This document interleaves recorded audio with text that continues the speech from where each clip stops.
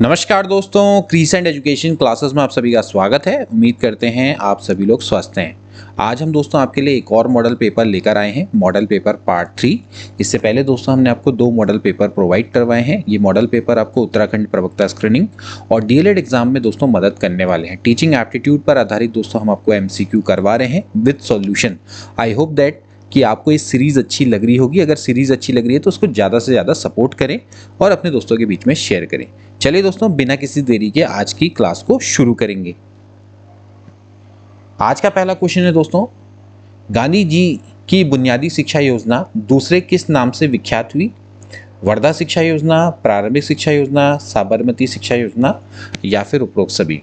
तो गांधी जी की दोस्तों जी ये बुनियादी शिक्षा योजना थी, जिसको कि बेसिक शिक्षा योजना के नाम से भी जानते हैं दोस्तों। ये दूसरे किस नाम से विख्यात हुई थी? तो इसका राइट ऑप्शन हो जाएगा वर्धा शिक्षा योजना। गांधी जी की जो दोस्तों ये बुनियादी शिक्षा योजना थी, इसको वर्धा शिक्षा योजना के नाम से भी दोस्तों जाना जाता है। ये 1937 में दोस्तों वर्धा में आयोजित हुई थी और एक शिक्षा सम्मेलन में दोस्तों इसको प्रेजेंट किया गया था।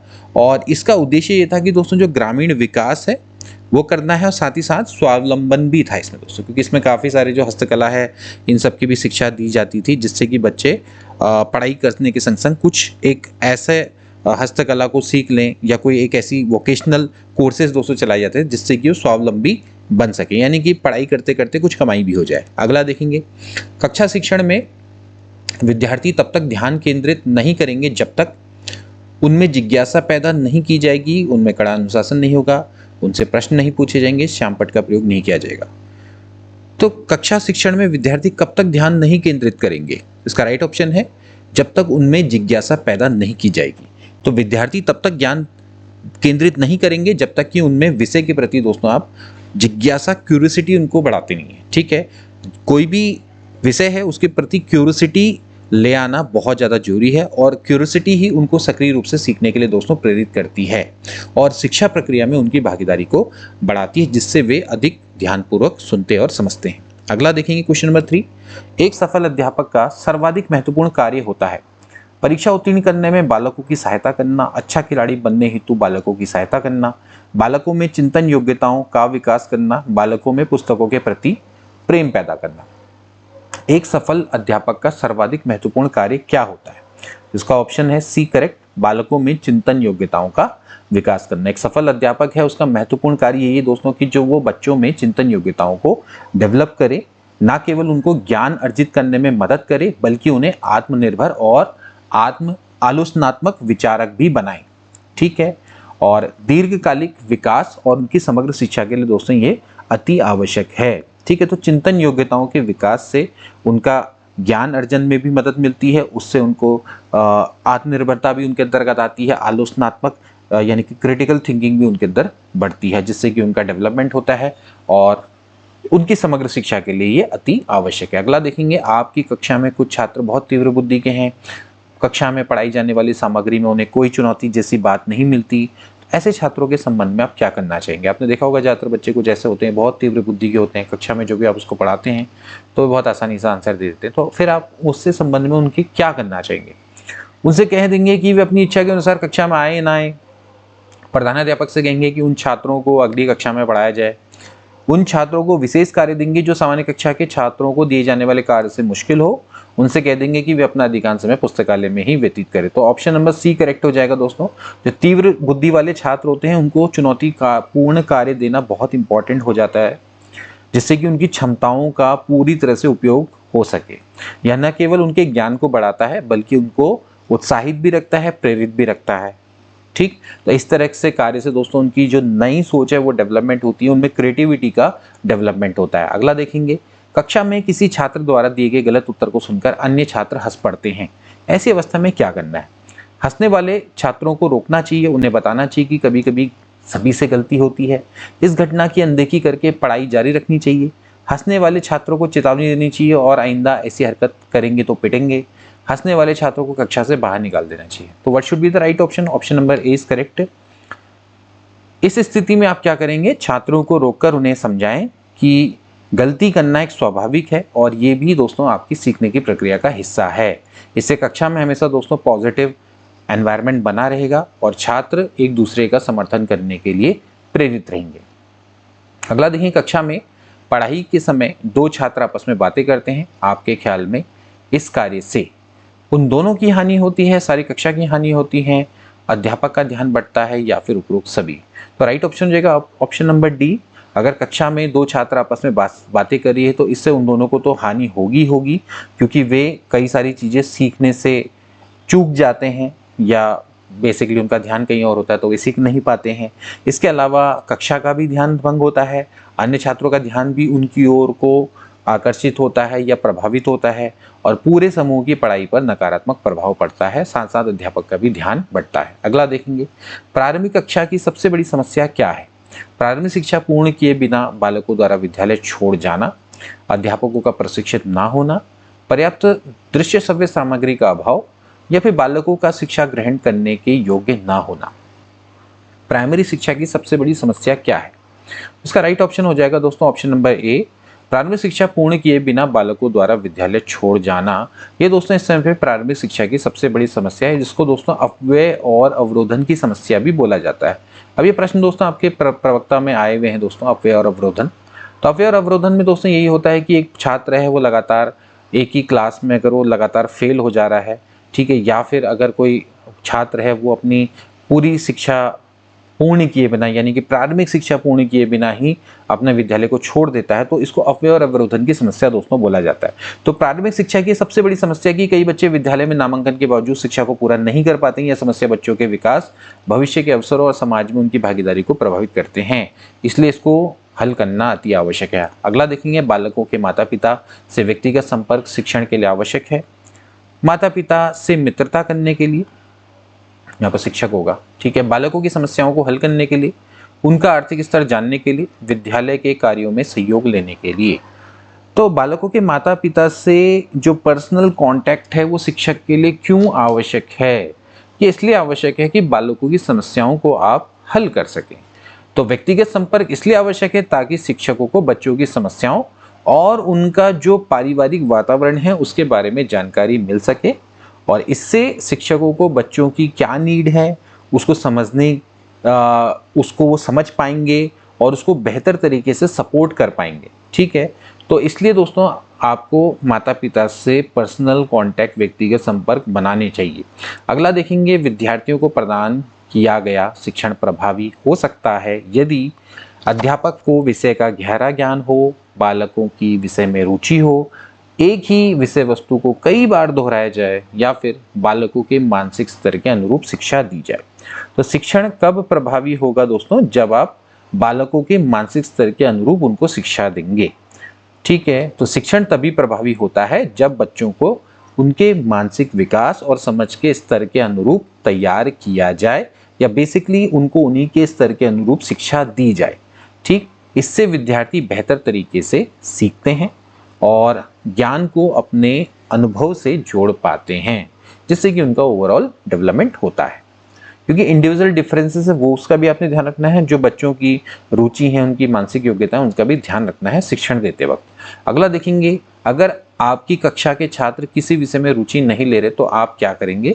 कक्षा छोड़कर चले जाएंगे, उन्हें उस विषय से संबंधित कोई रोचक कार्य देंगे, उन्हें कहानी सुनाने लगेंगे, या फिर उन्हें दंडित करेंगे? तो आप क्या करेंगे दोस्तों? उन्हें उस विषय से संबंधित कोई रोचक कार्य देंगे। कोई छात्र अगर किसी विषय में रुचि नहीं दे रहा है तो सबसे बढ़िया है कि आप उस सब्जेक्ट से संबंधित कोई इंटरेस्टिंग सा कार्य उसको दे, जिससे कि उसका इंटरेस्ट बढ़े उस सब्जेक्ट पर।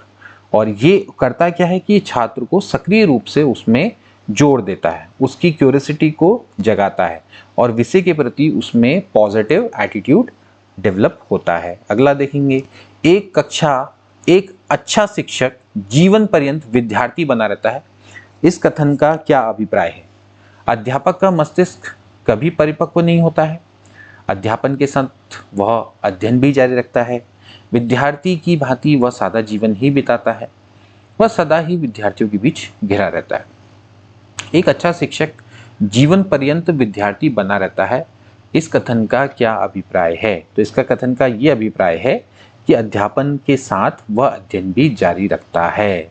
और एक टीचर की दोस्तों सबसे बड़ी खूबी यही है कि लगातार उसको अध्ययन करते रहना चाहिए, शोध करते रहना चाहिए, तभी जाके उसका एज ए टीचर वो डेवलप हो पाता है, उसकी स्किल डेवलपमेंट हो पाती है, ठीक है ना, उसका जो शिक्षण कौशल है वो डेवलप हो पाता है। तो एक कथन से सिंपल सा अभिप्राय है, एक अच्छा शिक्षक है वो कभी भी सीखना बंद नहीं करता है, वो हमेशा नए ज्ञान और कौशल को प्राप्त करने के लिए प्रयासरत रहता है, ठीक है, जिससे वो अपने छात्रों को बेहतर शिक्षा दे सके, बेहतर तरीके से उनको मार्गदर्शन दे सके, बेहतर तरीके से उनको गाइड कर सके, ठीक।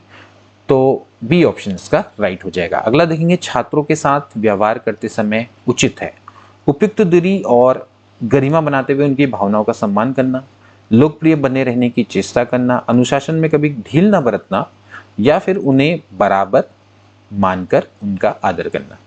तो छात्रों के साथ व्यवहार करते समय सबसे उचित क्या है? यह है कि उपयुक्त दूरी और गरिमा बनाते हुए उनकी भावनाओं का सम्मान करना।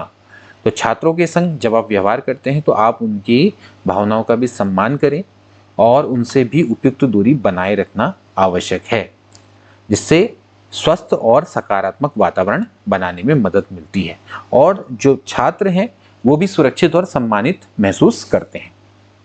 अगला देखेंगे, नेतृत्व की भावना का विकास करने हेतु उदाहरण द्वारा स्पष्ट करेंगे, उस पर गोष्ठी कराएंगे, स्वयं विद्यालय में नेतृत्व संबंधी कार्य करेंगे या नेतृत्व पर भाषण कराएंगे। तो अगर आपको लीडरशिप की भावना को विकास करना है तो क्या करना चाहिए? तो स्वयं विद्यालय में नेतृत्व संबंधी कार्य करेंगे। तो नेतृत्व की भावना व्यवहार से सीखी जाती है और जब बच्चे नेतृत्व संबंधी कार्यों में शामिल होंगे तो वे व्यावहारिक रूप से नेतृत्व के महत्व को और उसकी चुनौतियों को समझ पाएंगे, जिससे कि उनकी क्षमता का विकास होगा। अगला देखेंगे, अध्यापक बनने के लिए टीचर्स ट्रेनिंग क्यों जरूरी है? इस काम के लिए इस परीक्षा का पास करना जरूरी है। इस ट्रेनिंग से अध्यापक को मान्यता मिलती है। इस ट्रेनिंग से उसे कक्षा शिक्षण के मूल आवश्यक सिद्धांतों का ज्ञान हो जाता है। इस ट्रेनिंग से अध्यापक की अभिरुचि का पता लगता है। तो अध्यापक बनने के लिए टीचर्स ट्रेनिंग यानी कि प्रशिक्षण क्यों आवश्यक है दोस्तों? ये इसलिए है कि इससे उसे कक्षा के मूल आवश्यक सिद्धांतों का ज्ञान हो जाता है। अध्यापक बनने के लिए टीचर्स ट्रेनिंग इसलिए आवश्यक है क्योंकि इससे शिक्षक को कक्षा शिक्षण के मूल सिद्धांतों का ज्ञान हो जाता है। इससे शिक्षण विधियों को समझने में भी मदद मिलती है और इससे उसकी जो प्रभावी शिक्षण शैली है वो भी डेवलप हो पाती है, उसके लिए उसे आवश्यक कौशल भी मिल पाता है, ठीक है। तो यहाँ पर ट्रेनिंग होना इसलिए आवश्यक है क्योंकि उसे शिक्षण विधियों को के बारे में ज्ञान होगा, उसकी जो शिक्षण शैली है वो प्रभावी हो पाएगी, उसके लिए जितना आवश्यक कौशल की आवश्यकता होगी वो उसका डेवलप होगा, ठीक है। अगला देखेंगे, कठिन शब्दों का अर्थ समझने का व्यवहारिक ढंग क्या है? उनका पर्यायवाची शब्द बताना, उनका विलोम शब्द बताना, उनको वाक्य में प्रयोग करना सिखाना या फिर उपरोक्त सिखाने। तो कठिन शब्दों को कैसे समझ सकते हैं? उनका पर्यायवाची शब्द बताना। तो कठिन शब्दों का अर्थ समझने का जो व्यवहारिक ढंग है कि आप उनके पर्यायवाची शब्द बताएं। इससे विद्यार्थी को शब्दों के समानार्थी रूपों का ज्ञान होता है और उनकी जो शब्दावली है वो विकसित होती है, ठीक है, जो उनकी वोकैबुलरी है वो डेवलप होती है, ठीक। तो इस विधि से शब्दों को समझने में सहायता मिलती है और इसके अलावा उनको प्रयोग में भी वे ला पाते हैं। अगला देखेंगे, अध्यापक दृश्य साधनों का प्रयोग अध्यापन को निम्नलिखित बनाने के लिए करता है: सरल बनाने के लिए, समय बचाने के लिए, अधिक ज्ञान के लिए, रुचिकर बनाने के लिए। दृश्य साधनों का प्रयोग क्यों होता है? ताकि अध्यापन रुचिकर बने, इंटरेस्टिंग बने। तो दृश्य साधनों का प्रयोग अध्यापक इसलिए करते हैं ताकि अध्यापन को अधिक रुचिकर बनाया जा सके। इस विधि से विद्यार्थियों का ध्यान आकर्षित होता है और जो कठिन से कठिन सब्जेक्ट हैं उनको आप आसानी से समझा पाते हैं। उनको समझाने में यह विधि मदद करती है, तो अब बेहतर तरीके से आप इससे सीख पाते हैं और समझने में सक्षम होते हैं। अगला देखेंगे, शिक्षा तकनीकी को 3 भागों में किसने बांटा? लुम्सडेन, गेट्स, कॉल्विन या फिर लॉन्गफील्ड। तो वी नो दैट कि शिक्षा तकनीकी को 3 भागों में लुम्सडेन के द्वारा दोस्तों बांटा गया। इनके द्वारा शिक्षा तकनीकी को 3 भागों में दोस्तों डिवाइड किया गया: कठोर शिल्प, कोमल शिल्प और प्रणाली विश्लेषण, ठीक है ना, hardware, software and system analysis. Okay, तो आप इसको समझ सकते हैं। कठोर शिल्प तकनीकी कोमल शिल्प, तो आप इसको सिंपली ऐसे याद रखें, hardware, software and system analysis. इस तरह से इन्होंने 3 भागों में दोस्तों इसको बांटा। तो इसका उद्देश्य क्या था दोस्तों, कि जो हमारी टीचिंग प्रोसेस है उसको अधिक प्रभावी बनाना, उसको अधिक तरीके से ऑर्गेनाइज बनाना, ताकि छात्र बेहतर ढंग से सीख सके। ठीक है, तो इस विभाजन के माध्यम से शिक्षण के विभिन्न पहलुओं को समझने और उनको व्यवस्थित रूप से लागू करने की दृष्टि से ये महत्वपूर्ण है।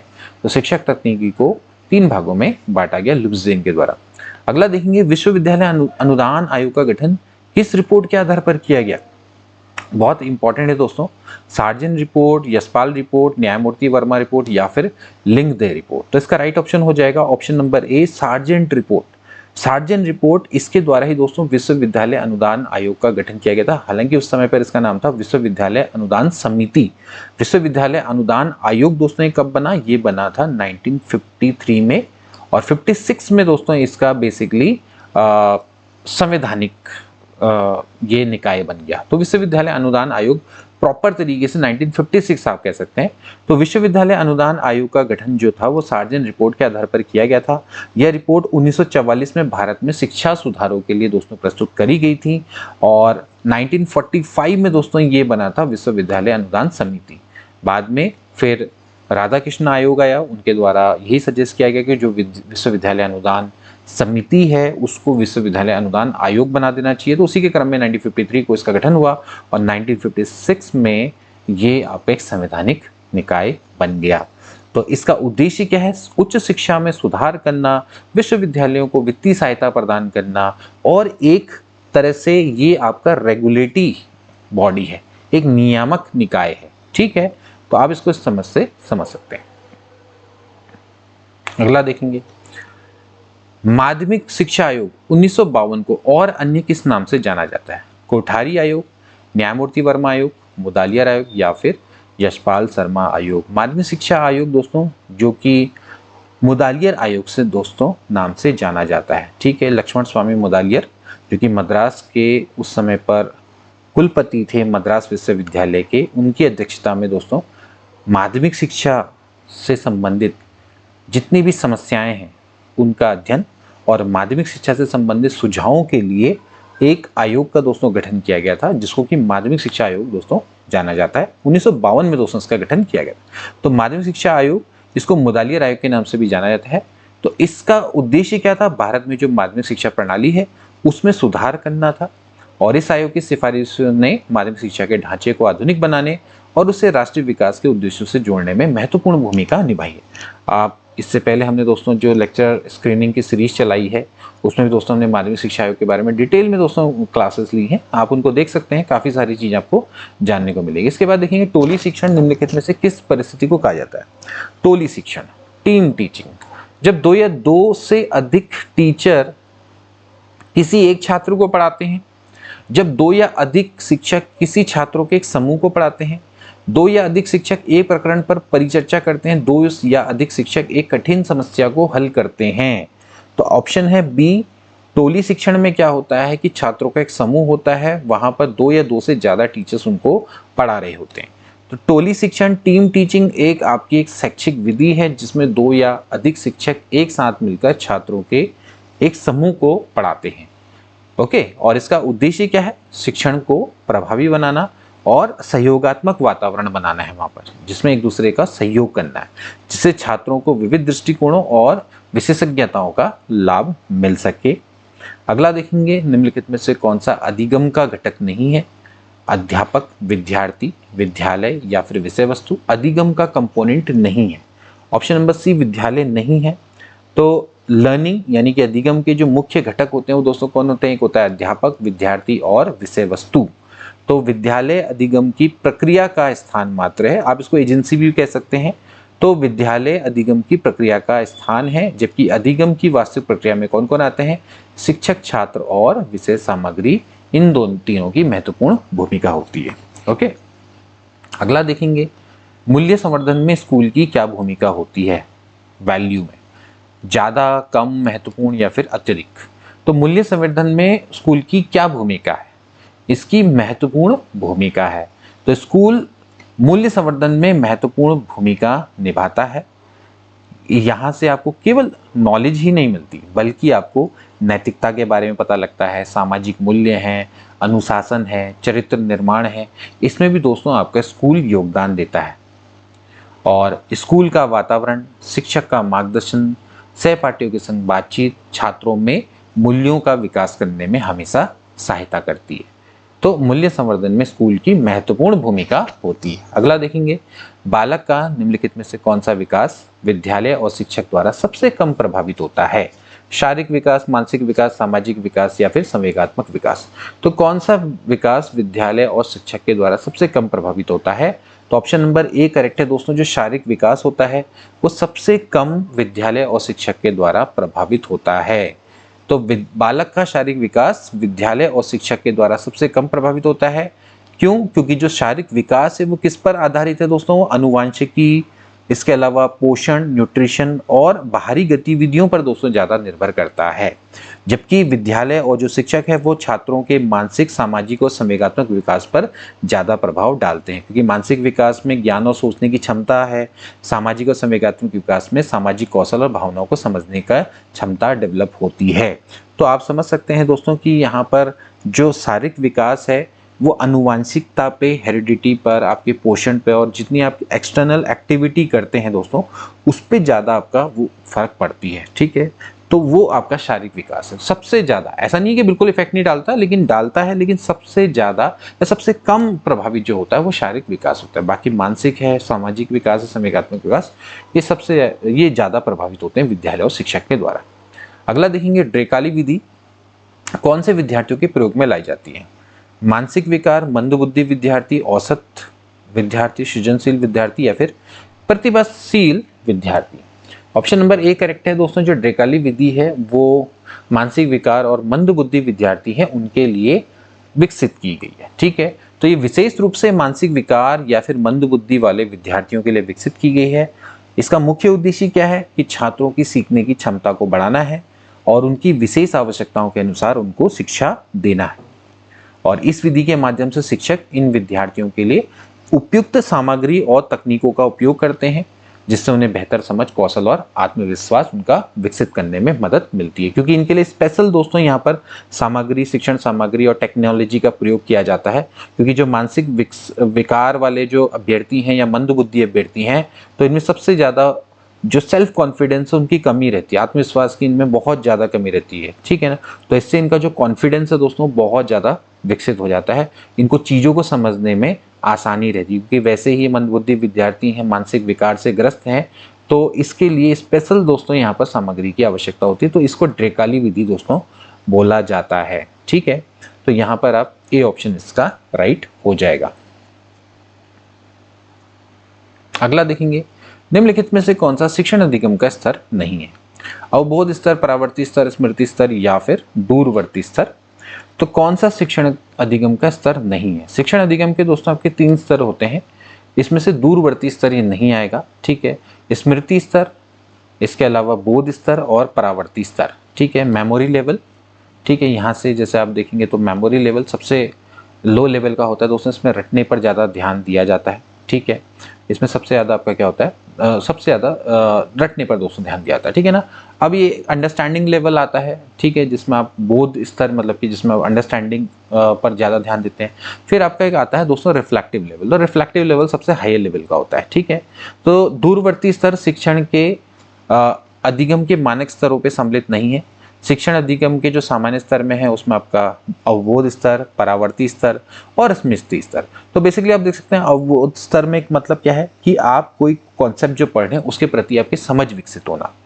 परावर्ती स्तर का अर्थ है कि जो चीज़ आपने पढ़ा उसका चिंतन और विश्लेषण कर पाना, रिफ्लेक्टिव लेवल थिंकिंग है, काफ़ी अच्छे लेवल की थिंकिंग। स्मृति स्तर का मतलब यह है कि ज्ञान को संचय कर लो, जो आपको मिल रहा है उसको सीधे एज इट इज याद कर लो। ठीक है, अब आपको किसी भी स्तर पे पहुंचने के लिए, जैसे सबसे छोटा और सबसे लो लेवल का स्तर स्मृति स्तर है, इसके बाद फिर आपका जो बोध स्तर में अगर आपको पहुंचना है तो इस स्तर में आपको पूरी इस स्तर को पार करने के बाद ही आप इस स्तर पे पहुंच पाएंगे। और जब स्मृति और बोध स्तर आपका क्लियर हो जाएगा उसके बाद ही फिर दोस्तों आप परावर्ती स्तर पर पहुंच पाएंगे। तो आपको एक स्तर से दूसरे स्तर पर जाना है तो पहले आपको पहले स्तर को क्लियर करना पड़ेगा। यानी कि परावर्ती स्तर के बोध स्तर और स्मृति स्तर आधार है। ऐसी बोध स्तर का आधार कौन है? स्मृति स्तर। यानी कि पहले आपको स्मृति स्तर पे पहुंचना होगा। तो ये आप थोड़ा सा अच्छे से पढ़ें दोस्तों। हमने बहुत अच्छे से ये सारी चीज़ें पहले भी दोस्तों क्लियर करवाई हैं और उम्मीद करते हैं कि आपने हमारी जो प्रीवियस क्लासेस हैं वो भी देखी होंगी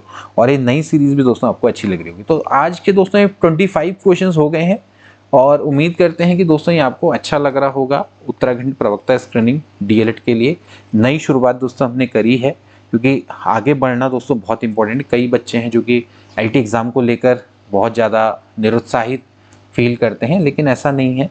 आगे बढ़ना है दोस्तों। अगर आपको एग्ज़ाम सच में क्वालिफाई करना है तो आपको दोस्तों लगातार अच्छी स्टडी करती रहनी पड़ेगी। मैंने आपको हमेशा पहले ही बोला है कि आपको कोई भी जब आप एग्ज़ाम देते हो, एग्ज़ाम देने के बाद उसके बाद सीधे आपको क्या करना चाहिए? नेक्स्ट एग्ज़ाम की प्रिपरेशन करना स्टार्ट कर देना चाहिए।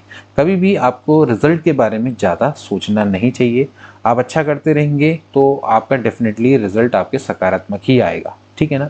लेकिन अगर बिल्कुल आप हथियार डाल दोगे और सब कुछ छोड़ छाड़ के बैठ जाओगे तो दोबारा से अपने आप को फिर उसी मोड पे लाना बहुत ज़्यादा मुश्किल हो जाता है और फिर लगातार आपको फिर वही गलतियां बार बार आप रिपीट करते रहोगे।